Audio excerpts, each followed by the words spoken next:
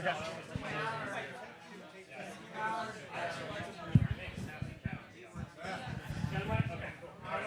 We'll see how this goes. All right. Good afternoon, everybody. If we can have your attention, please, up here at the front of the room. Thank you so much. And welcome, everybody, to day one of the 2025 Gorge Waterfalls race. My name is Dylan Bowman here from Freetrail, one of the many race directors here throughout race weekend, although our job is mostly to sit behind the cameras and talk about what happened out there today and throughout the weekend, including with our 30K champions here today, who we're about to introduce. Before we do, a big thank you to Leah Yingling, who's going to be acting as my co-host throughout race weekend. Leah, hi, everyone. Leah also running the 50K on Sunday. Attempting. Yeah, we'll talk about that in a little bit. Getting to our champions here today in the 30K. It was a silly fast day out there, but also kind of a sneaky tough day. It was a beautiful day, but we had a lot of rain yesterday. We're going to get all the race reports from our champions here today. From Victoria, BC, this is Nico Lightbody. Nico, welcome to Gorge Waterfalls and congratulations. Thanks, Dylan. Yeah. Happy to be here. Next to Nico here, women's champion Anna Gibson. Anna, congratulations. Welcome to Gorge. Thank you. Super fun day. Okay, before we get into it, big thanks to the team behind the scenes. Also, Ryan Thrower, Jacob Meyer on the ones and twos who make it all possible. Big thank you to Speedland, who sponsors our race throughout the weekend and all of our coverage. And for those watching both live and digitally, make sure you go get your fantasy picks in. The second half of today's show, we're going to be talking about the 100K, which starts down in Marine Park at 5 a.m. tomorrow. It is a Team USA qualifier for the World Championships. You'll see the red, white, and blue ticket sitting next to me. We'll explain more about that later, but you're going to want to play fantasy tomorrow for a chance to win a lot of great prizes from us at Freetrail and our partners at Speedland. Launching into it, Rye, if you could pull up the clip of Anna that our good friend Clara Freshner took while we were out running on the course. This is by Aloha Falls, roughly mile 8.5 or so. Unfortunately, our in-studio audience won't be able to see this, but those watching on YouTube, Anna Gibson is running right here in about 4th or 5th place overall. You finished in 2nd place, so maybe just get things started. Talk us through the early miles of the 30K today. Yeah. I mean, to be honest, I had no idea where I was overall. I was like, I think I'm in the top 10. I don't know if I'm like top 5 or in 10th or what. The first few miles were like pretty mellow. I think we just had like a long string of people. And then I found myself with these two, and we ran like this for probably the first 2/3 of the race. Like we were together through the second aid station. And it was honestly just so fun to have company. I feel like I've rarely ever locked in with 2 other people and run the exact same pace for that long. Like it's always just kind of in and out of groups or alone for a while. And it was just really fun to have company. So this was your season opener. Where do you live now? Because you were living in Marin County. I know you and Ren moved away. Where are you living now? This is such a great question. I've had so many people ask me this today. I'm like, I don't know how to answer this. Yeah, we lived in Marin County for a year, and then we've now left there. It was a super fun experience, but I just missed the mountains and skiing. And I went back to Wyoming, but also spending some time in Bend. So yeah, we're just being a little bit nomadic right now. And Anna, this is one of your first seasons where you haven't focused on track for the spring season. So can you talk a little bit about what your winter of training looked like? Because from a quick glimpse of your Instagram, it looks like you did a gravel race, you did tons of backcountry skiing, you did a bunch of running training. Talk about how that prepared you for this race. Mm-hmm. Yeah, this year's been so awesome so far. I mean, I've never not done track like this time of year. I've always been building up for track, and this is the first year I just decided like I wanted to kind of see what I could do if I gave more to trail and just to the type of training that I've found successful for trail, which for me is a lot of like multi-sport stuff. Like I wanted to race my bike for a long time, and I finally got to do that at the end of February. And landed on the podium too, right? Landed on the podium with a world champion, which was like, Courtney is my idol, so that was really cool. No big deal. And yeah, lots of skiing, and it's just really fun to get to race again and like see that my fitness is in a good spot heading into the season. I'd say it is. Yeah, it clearly is. I mean, you broke Rachel Drake's course record, which she set here last year. Of course, Rachel Drake is one of the greats in the country, one of the greats in the world. So that must give you some confidence going into the rest of the season that the winter training, even if it was multi-sport and not totally specific to running, has put you probably in a really good spot for the rest of the season. Yeah, I mean, that's always what you want, right? You want to like do a race and say, oh, my training's working. That's great. Like, it's perfect scenario. Yeah. So our viewers are watching you here. This is probably a mile later from the original clip. So maybe just fill out the story from your race here today. Eventually you passed Josh Taylor, who's in front of you here, and finished second overall here today, just behind Nico. So maybe just, tell the audience a little bit about the second half of the course. How did it play out? Well, I feel kind of bad because I was not trying to, but I sort of sneak attacked him because he stopped to fill up his flask at the aid station, and I did not stop. And so I just kind of ran through, and I'm not even sure if he knew that I went by until he like looked up and was like, oh no, she's in front of me. What did I do? But yeah, I kind of put the hammer down at the second aid station going into the climb, which is funny calling it a climb. It's like 500 feet, but it's the most substantial climb of the course. And yeah, then I was just hammering it home, and I knew I was going to be close to Rachel's time. So I was like, okay, I need to run hard. For those of you watching at home and us up here, this is probably one of the more technical sections of the course. And I think your pace overall for all 18 plus miles today was like 7:15 pace. And for anybody that lives and dies by Strava gap pace, that was like 6:20 Strava gap pace, which is wild watching this terrain that you're covering. Did it feel like you were running that fast out there? It felt fast, yeah. I mean, I don't know. It was... I was like aware sort of like as I was clicking off miles on my watch, like some of them were like 8-minute pace and then others when I was on the road were like just sub 6-minute pace. So I knew like the average was going to be pretty quick. But honestly, the hardest part is just like this time of year, if you're from a snowy place, like I have not been on trails since I left the Bay Area that have any rocks in them. Like I've been running on pavement on the bike path and like maybe on a dirt road with like a pothole every mile. It's like there's no technicality in my life right now. And so this like felt kind of hard. Like the footing was challenging. Yeah, maybe this is a good time to bring you in, Nico. Where we were just watching Anna here, it was a section. I took this clip and I found myself sort of slipping around a little bit. We had a bunch of rain yesterday. It didn't seem very muddy from the sections of the course that I observed today, but maybe for those who are here in studio and watching on YouTube, give them a sense of what the trails were like today and what they can expect over the next couple of days of racing.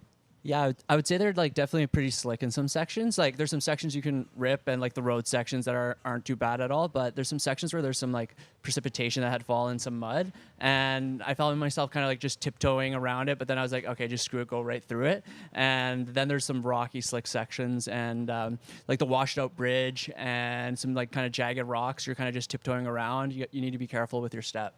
We've got some video of that washout bridge, which we'll show here in a little bit. Ryan, maybe you could pull up the clip that we have of Nico here, sort of on the same section.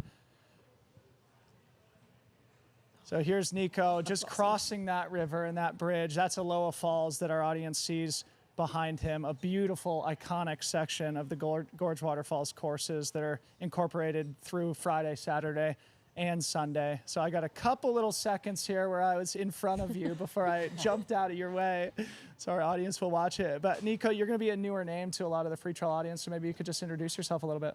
Yeah, so my name's Nico Lightbody. I'm from Victoria, BC. I used to be a triathlete, and during COVID time, I started running trails, and I was like, this is a lot better than sitting on a bike for in time trial position for 5 or 6 hours, and you get to go to some really cool places, mountain peaks, and explore really neat areas of the world. So that kind of got me into trail running, and it's been a little bit of a slippery slope since then. I started with a 50K, 100K, and then a couple 100 miles last year. Yeah, so Nico, you and I got to spend a whole night together during Run Rabbit this year, and I got to meet you there, and I would have thought you were a 100-mile specialist after watching you execute that race. Today, you just completely slaughtered this 30K. Talk about the differences of training that you've had to kind of encounter along the way to have both this 30K speed, but then also prepare yourself for the 100-mile distance.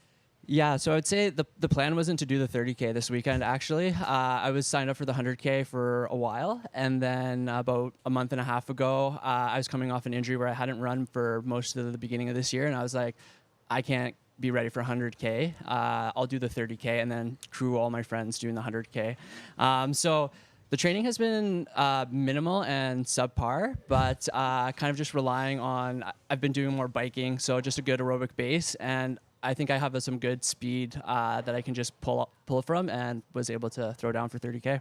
So maybe you could do what Anna did and just give us the compressed race report from today, because it was kind of a come from behind victory. Yeah, so my race was quite different from Anna's. I was alone for the whole race. yeah. I got to share no miles with friends or make new friends out there. Except for me, come Yeah, on. I'm sorry, actually, yeah. That was probably For one of my 4 whole fastest minutes. sections. Yeah, I got a little speed burst when Dylan was following me with the camera. But yeah, kind of, there was 4 of us that went off from the start, and then I was in 4th place, and then Joan just took off, and I was like, couldn't get around these 2 guys. I was like, and then eventually I got around him, but he was far gone, and I was like, I can't bridge this gap without burning all my matches. So then I was like, okay, I kind of settled into just what felt like a comfortable pace that I could hold. And I was like, okay, maybe he'll come back to me. I was like, maybe I won't see him. And then after the second aid station, the last aid station there, I started that climb, and I was like, okay, just keep it steady. And then I was like, oh, I see Joan up there, like, and he's hiking. I was like, he must not be feeling well or something, like, because he was flying. And then slowly caught up to him, and I was like, hey, how you doing, man? And he's like, I'm okay, just not feeling so great. And then I made the pass, and then just kind of ran scared. I was like, I don't know how far people are behind me. Awesome. Well, I'd love to hear from both of you sort of like what your thoughts are after the race here today. I know you're both sort of sticking around through the weekend, at least a little bit. So, and then also talk about what's next on the calendar. Anna, we can start with you.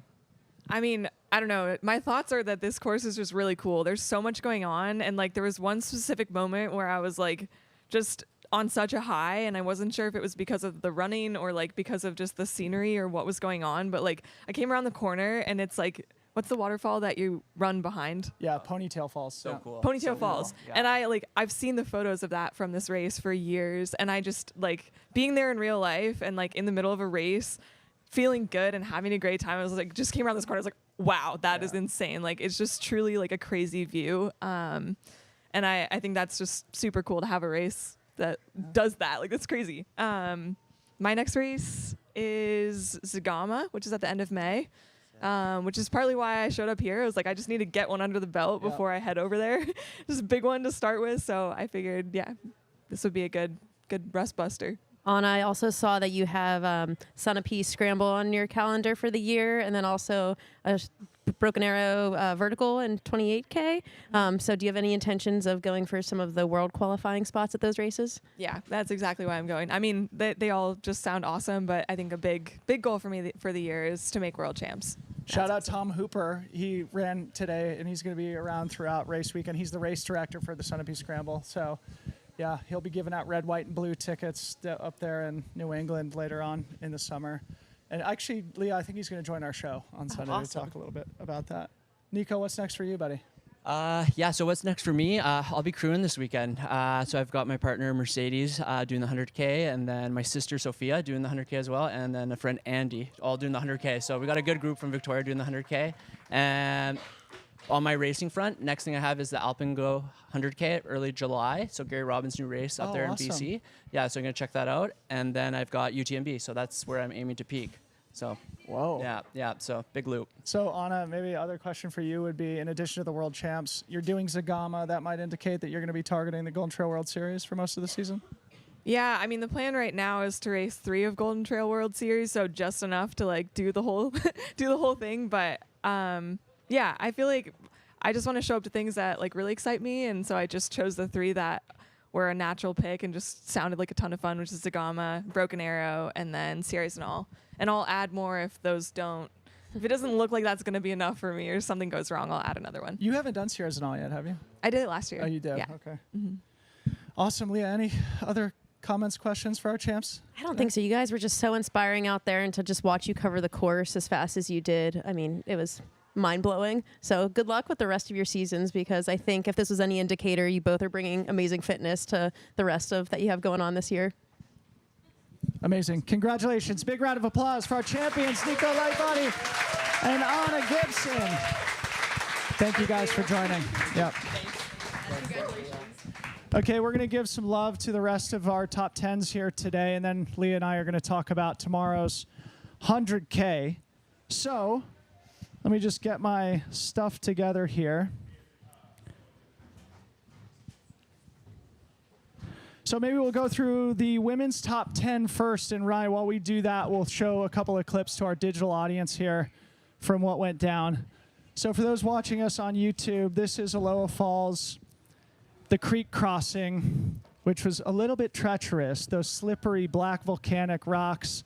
Runners had to negotiate their way down to the river and then cross sort of a broken, slippery bridge, all while the mist of a gigantic waterfall was spraying them. So our digital audience is taking a look at that. So behind Anna Gibson in second place was Camilla No from Bend, Oregon, who's somebody I met today, part of the trail team. Maybe you could share a little bit about the trail team and what their mission is in the sport. Yeah, so Andy Wacker's put together the trail team, and he's been able to recruit athletes who are coming out of their college years who want to pursue professional running, but want to do it maybe in a different capacity by pursuing the trails, mountain ultras, the sub-ultra distance. So he's put together a great cohort each year, and I think it's really helped bring some breakthrough stars to the sport and introduce them to a level of competitive racing that they wouldn't have gotten on the roads or on the track.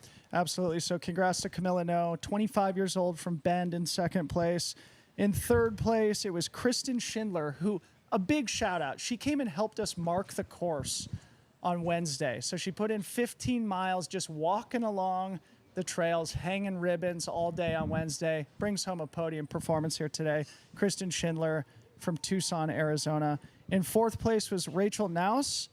In fifth place was Christina Randrup, who's doing the 30K, 50K double this weekend. Behind her, also doing the 30K, 50K double, was Hillary Allen in sixth. In seventh was Dana Stimson from Bishop, California, who's been a top performer at the Mammoth Trail Fest over the last couple of years. In eighth was Lauren Beltramo. Ninth was Hannah Morris. And 10th was Tiff Schwartz. Any comments on them before we move to the men? No, that's a solid top 10 today. Shout out Tiff Schwartz, Salt Lake City represent. Yeah, there you go. Okay, then the men. And Rye, if you want to show that clip of Camilla. So this is Camilla, our second place finisher in the women's race. 25 years old. Yep. Rocking that. I love that CLA trail team kit that they have too. So, okay, behind Nico Lightbody in second place for the men was Joshua Taylor, 24 years old from Wasilla, Alaska. You love to see it. Third place, a local guy, David McKay from Hood River. Fourth place was Michael Eaton from Seattle. Fifth place was Joan De Leon, our buddy who sort of hit the wall late in the race and faded. Seventh place, AJ Hanspill. Eighth place was Henry Nadell. Eighth place, Gil Allgood, husband of Hannah Allgood. Ninth place, Todd Simpson, who works at Nike, who's a regular here at Daybreak. 10th place was Reese Desmond. So that's today's top 10. Is Reese here? Shout out Reese. Go Good job, Reese. buddy. Leah, how cool is this? We forgot to thank our amazing studio audience here. I know. Thank you, guys. This is amazing. Okay, moving along in our programming here today, we're going to talk about tomorrow's 100K. So just to set the scene here, if you watched our show yesterday, one of the stories of race weekend, probably the story of race weekend, is the fact that tomorrow's 100K is a qualifier for Team USA at the Long Trail World Championship, which is happening in Canfranc, Spain in September. So later this year, the top two finishers in the men's and women's races will have automatic qualification for Team USA. Ryan, if you could pull up a little graphic of the course while Leah and I talk about it. Leah, you've done the 50K The here. 50K, yeah. So maybe you could just share a little bit about your perspective about the Gorge course, what makes it unique, different, challenging. Yeah, it's got a little bit of everything, which I think caters itself nicely to a trail runner that is good at everything. I think there was a lot of controversy a couple months ago when Gorge was announced as the qualifier for Worlds, because Worlds is an extremely vertical race this year, tons of climbing, and people felt like Gorge wasn't a good representation of that course. However, I would argue that if you're good at trail running, you are good at trail running, and I think Gorge really speaks to that nature of running. Yeah. You have a couple steep climbs here. A lot of it is runnable, but there's portions that are extremely technical as well. But you also have to, be a fast runner to succeed here. So officially 61.67 miles, 11,600 feet of climbing, and sort of a double out and back. So as Leah said, there was some controversy about like having a course that mimics the Confront course maybe a little bit more specifically. Hey, everybody, welcome. But of course, this time of the year in the U.S., it's difficult to get to places that have massive vertical climbing and descending in the spring months. And so obviously we are honored to have the qualification and at Gorge. Of course, it's still 12,000 feet of climbing, over 100K. And you're right, people who can perform well on these faster runnable trails can obviously then transition more into mountain season as things melt out and they target the World Championship. Yeah, and I think I've seen, and you've seen as well, just the runners who have succeeded here over the last couple years, they don't necessarily fit a certain mold. Yeah. They're good at the shorter stuff, they're good at the faster stuff, the longer stuff. So I think anybody that can kind of do it all does well. I mean, the proof is Vincent Bouillard. He's Definitely. a Gorge champion and a UTMB champion. Come Definitely. on, take that. So again, yeah, it's sort of a double out and back course. It's really great in terms of like crew access. So for those of you who are in the audience who are going to be crewing a runner out on the race course tomorrow, fear not. There is one road closure that makes the traverse over to the west side of the course a little bit more inconvenient, but either way, everything is within sort of 15 or 20 minutes. So it's a really easy race to crew. One thing maybe you could comment on, Leah, as you look at the course profile here, as opposed to races that have a lot of, call it like 1,000+ feet climbs, usually you see more separation in courses like this. So my hypothesis is tomorrow it's going to be very close until late in the race with the level of competition. I think so. And that last section where you can see all your competitors, I think really lights a fire for anybody that is having a close battle with anybody out there, because you can truly see the distance that separates you and that runner. And I think that's where we see a lot of moves being made each year. Such a good point. So when they get to the Wyeth Aid Station, which is roughly mile 50 or so, on that out and back, they will all be able to get a read on one another, see who's looking good, get a very accurate gap. They're all going to be looking at their watches as they battle for those red, white, and blue tickets. We've been watching the weather forecast all weekend, Leah. Today turned out to be an absolute beauty. Ryan's going to pull up the weather forecast for race weekend, but tomorrow should be very similar today. We're looking at like mid to high 50s. They were expecting maybe some AM showers. We're now expecting it probably to be totally dry. It'll probably be overcast in the morning and give way to sort of these partly cloudy Pacific Northwest conditions tomorrow. Are you in agreement that we're looking at probably a fast day? I think a fast day and probably the best weather day the 100K has had in a couple years here. Yep. I think 2022 they didn't have too much weather to encounter, but yeah, this year looks awesome. Yeah.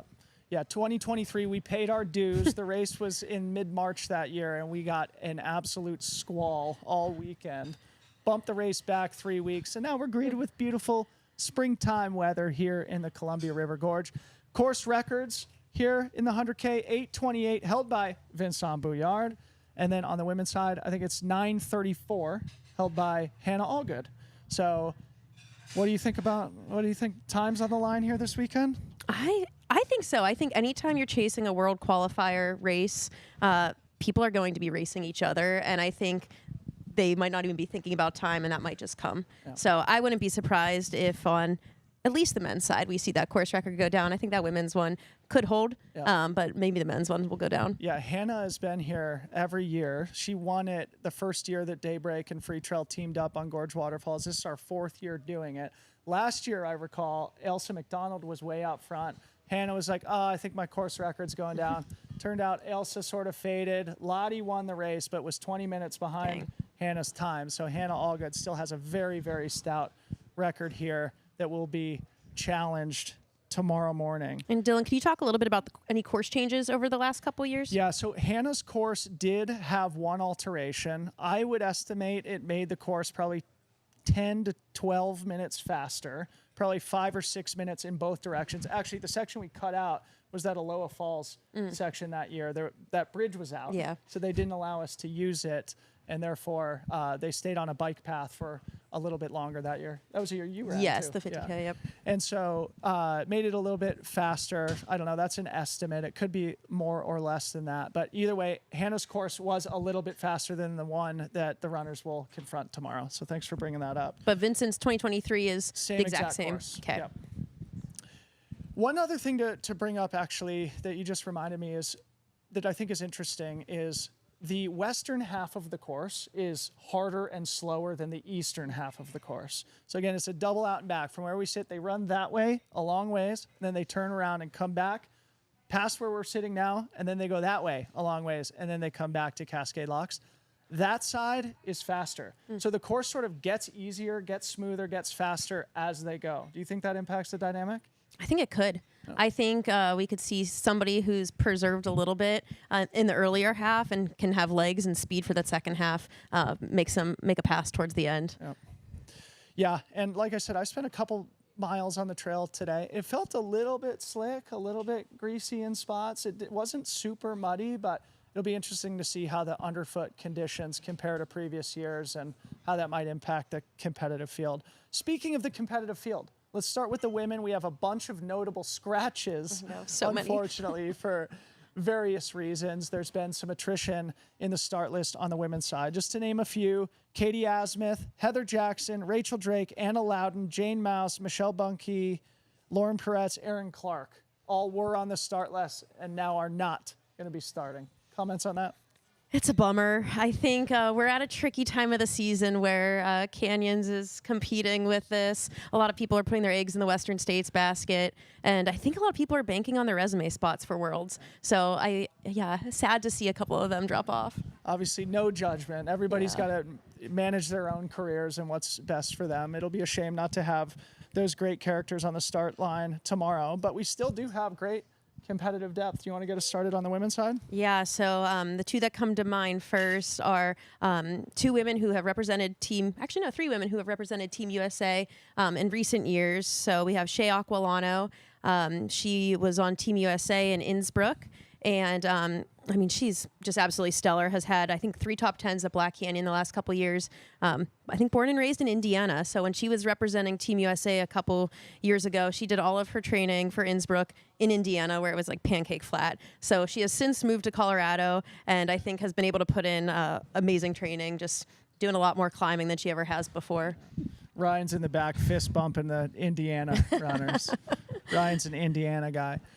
One story that we should emphasize that we talked about yesterday, Jade Bellsberg comes in as one of the favorites, hot off a huge victory at Chuckanut. She's Canadian. She is not eligible for the red, white, and blue ticket, still chose to come to Gorge as just an early season, long distance competitive race. So something to follow along. You have any comments on Jade? No, I love to see that. I think we've seen Jade really succeed at the 50K and below distance the last couple years. She's been throwing her hat in 100K and 100-mile races as well, but I think she's seen her kind of like ultimate success at the shorter stuff. And I think she even commented on the panel yesterday that she really wants to nail 100K. And I'm excited to see this hopefully be that race that she feels like she nails. I was just like refreshing myself on a lot of her results. She's been in the game a long time. Very experienced. Yeah. And last year she had such a good year. Second at Chuckanut. She was second at Broken Arrow. She won, she was I think second in both of the Canadian Mountain Running Championship races. She's already on Team Canada for the Short Trail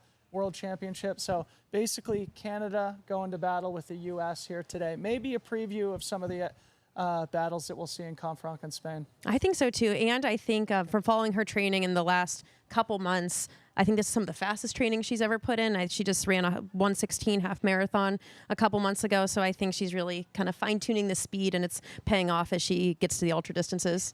Did I interrupt you? You were listing off a few of the women. I was. Yeah, go ahead. Who else? From Team USA in the past is Claire Rhodes. So this will be Claire's first 100K. She's from Alaska and represented Team USA on the short course in Innsbruck. Also, again, a really stellar 50K runner. Has a win at the Rut 50K over Jasmine Lothar and Hannah Allgood this past year.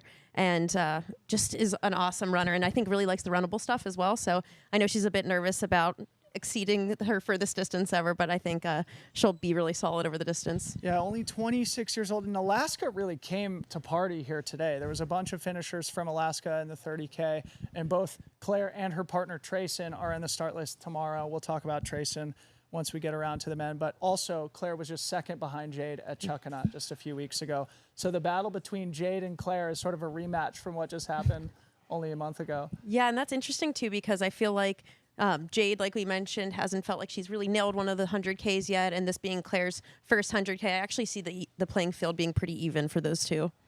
Who else, Leah? We got Addie Bracey. Addie Bracey's been in the sport a very long time and is also no stranger to Team USA. Represented Team USA most recently on the long trail team in Thailand. She's coming off a 2:48 marathon at the Mesa Marathon. Just recently moved to Buena Vista, Colorado, up to 8,000 feet. So I'm sure coming to sea level will feel quite nice for her. Addie Bracey, it's good to have her. She was supposed to join our panel yesterday, had some troubles with her flight, but she did indeed make it. She'll be battling for those red, white, and blue tickets. A name I'm very excited to see back on a start list, Brittany Peterson. Yes. Remember, two-time top 5 Western States, a winner at Black Canyon 100K, like until a couple years ago where she was dealing with consistent injury, definitely one of the top Americans in the sport. Sort of one of the dark horses question marks in tomorrow's race. Definitely. And I kind of consider her and Addie in the same category. We saw Brittany have great success a few years back, but then just suffer from health bout after health bout. I think had a couple surgeries. Lives in Canada now. And I think has done a lot of her training through a pretty tough Canadian winter up there. And I think most recently did one of the Moab stage races as part of the Trans Rocky races. So I think got a really good training week down there. And I think Brittany's somebody that you just can never count out. Other names, we got Corinne Chalvoy on the start list. Robin Lesh, I think very interesting, coming off a great JFK, both with that sort of like that faster foot speed that I think could translate well at Gorge. Yeah, I think she's third place there and one of the fastest times ever. And then I think recently the 50K at Black Canyon was on the podium there, about 15 minutes back from Allison Baca, who ran a great race. Who are we forgetting? Many, many other people. Just to name off a few, Ellen Cannon, Susanna Turkova, Nicole Abma, another Canadian who won't be eligible for those golden red, white, and blue tickets. Amy Rusecki from the East Coast, Bridget Taguchi, Brianna Grigsby. So it's going to be a very, very solid race here in the women's race tomorrow for those red, white, and blue tickets. Transitioning to the men. Got to start with the 2022 world champion. Adam Peterman was in studio here this week, yesterday, and I was just asking him about sort of like the architecture of a season, because obviously he's in at Western States because he got a golden ticket at CCC. He wants to do either CCC or OCC. If he qualifies for the long course team, basically what he would do is Western States, OCC, long course world championship. He's motivated by the idea of doing, obviously, Western States, OCC, and the World Championships are basically 3 World Championships in one season. I love that season for him. I love it. Yeah, I would love to see Adam at OCC. I think that'd be a perfect tune-up for something like the World's Course, and I feel like that would really cap off his kind of like comeback that he's had over the last 2 years. Yeah. John Ray, also in the field, but maybe actually we'll talk about Jeff Colt briefly, because he was on the team with Adam Peterman when Adam Peterman won individual gold. Jeff Colt and Team USA won the team gold that year in Thailand. So he has that experience of racing for Team USA, and I know it was the highlight of his professional racing experience, and he really wants to get back to it. Yeah, and I think Jeff was 14th that year in Thailand, and the one thing that I love about Jeff is he's one of the only people and everybody that's been interviewed or talked about that said, like, the World Championships is my sole goal for the year. And I love when I see that much like passion behind somebody, because you know that they're bringing their A game to this qualifier race in order to get themselves there. I remember I interviewed him after he won Bandera to get his golden ticket to Western States, and he was like, I don't know if I'm going to do Western States. I kind of want to go back to the World Championship. And I was like, wow, that is like, actually, maybe this would be fun to talk about, because it feels to me like the last 2 cycles of the World Championship in Thailand and in Innsbruck, something changed about the combination of the Trail World Championships and the Mountain Running World Championships, having everything from a vertical race to a long trail race, all happening during the same event sort of took those World Championship games to a next level to make it more attractive to people like Adam, Jeff, etc. Definitely. And I think that kind of crossed over with like social media and different media platforms really getting involved with showcasing what those races have to offer. I think in the past, the World Championships, they were awesome to be part of, but they were kind of like understated in some ways. But then I think in those 2 iterations of the event, people really saw what it was all about, and like you wanted to be part of it after seeing all the hype around it. So I think that's why we're seeing a lot more people have their eyes on it too. Yeah. Unfortunately, it's positioned against UTMB week, so we've talked about this on our platform a lot, but it does introduce a little bit of a friction. Maybe we should just, talk about that briefly, just for those who haven't heard the conversation. The World Championships are positioned at the end of September this year, only about 4 weeks after UTMB. So it does introduce a conflict for the professional athletes to decide where they want to race. Obviously, most brands have an expectation that you're appearing at a lot of these UTMB races, and having the World Championships so close makes it difficult to do both. Yeah, and there are some countries that have actually put stipulations on what their athletes can compete in at UTMB or compete at all at UTMB before Worlds. So I think Spain's an example of that, where they said like their athletes can't compete in any races at UTMB if they do plan on participating in a Worlds event. The U.S. does not have any of those stipulations, so we very well may see people, whether it's a resume spot for the Worlds team or somebody that qualifies this weekend, try to double with races at UTMB. So to bring it full circle, to make it abundantly clear, Adam Peterman, using him as an example, if he were to get onto Team USA tomorrow, he would do OCC at the end of August, a roughly 55-kilometer race in the mountains, and then have 4 weeks to recover to do the 80-kilometer race at the Long Trail World Championships. Still a pretty tight turnaround, doable for an athlete of Adam's caliber to do a 50K and an 80K within a month, but still kind of pushing it. Yeah, and we could also see somebody choose to do UTMB and then run the long race as well, which would be a little unfortunate for Team USA in that scenario. Anyway, this is sort of like the inside baseball kind of controversies that are going on in terms of how people are thinking about building their seasons.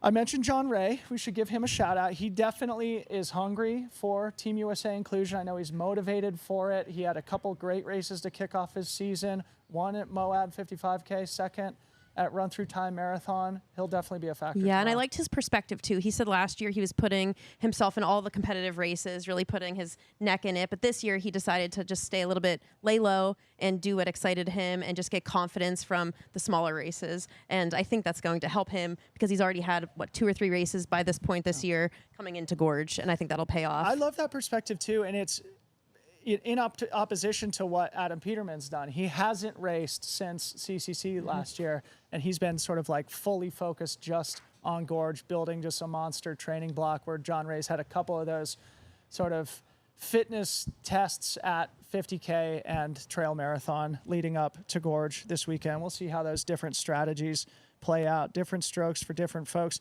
Ryan Miller, I wanted to give him a shout out because he was the 2023 Gorge 50K champ, where he came from behind. That year. Yeah. And who did he scoop up? Was that Adam? Tyler Green and Adam Merritt. Yeah. And that was on that last section. That was the really fast section with you could see people ahead of you. And Ryan saw the people ahead of him and just went after it. Yeah. There are 4 miles of road for the runners tomorrow, 2 miles out, 2 miles back.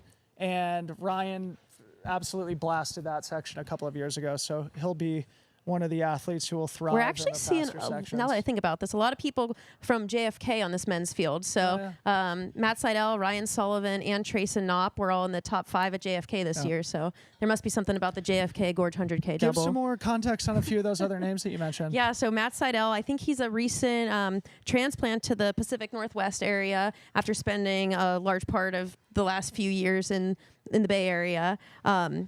He's, what was it, second or third place at JFK this year? I think third place. Yep. Just had an awesome race there. Raced the entire race in his Norda 005s, where you see most people change into their super shoes. So Matt's got a little bit of everything. He's a really fast road marathoner, has the world record for the fastest marathon in a banana suit. A great character. So he'll be bringing. Also loves to like push it. Yeah. Like, he'll definitely be in that front pack early. Very much so. I think last year's Black Canyon, we saw him take out the race in the lead. So he's not afraid to put himself in it. Really want Matt to nail one of these 100Ks because I think he's just fallen ever so slightly short at a lot of them the last couple years. Trayson Knopp, the Alaskan.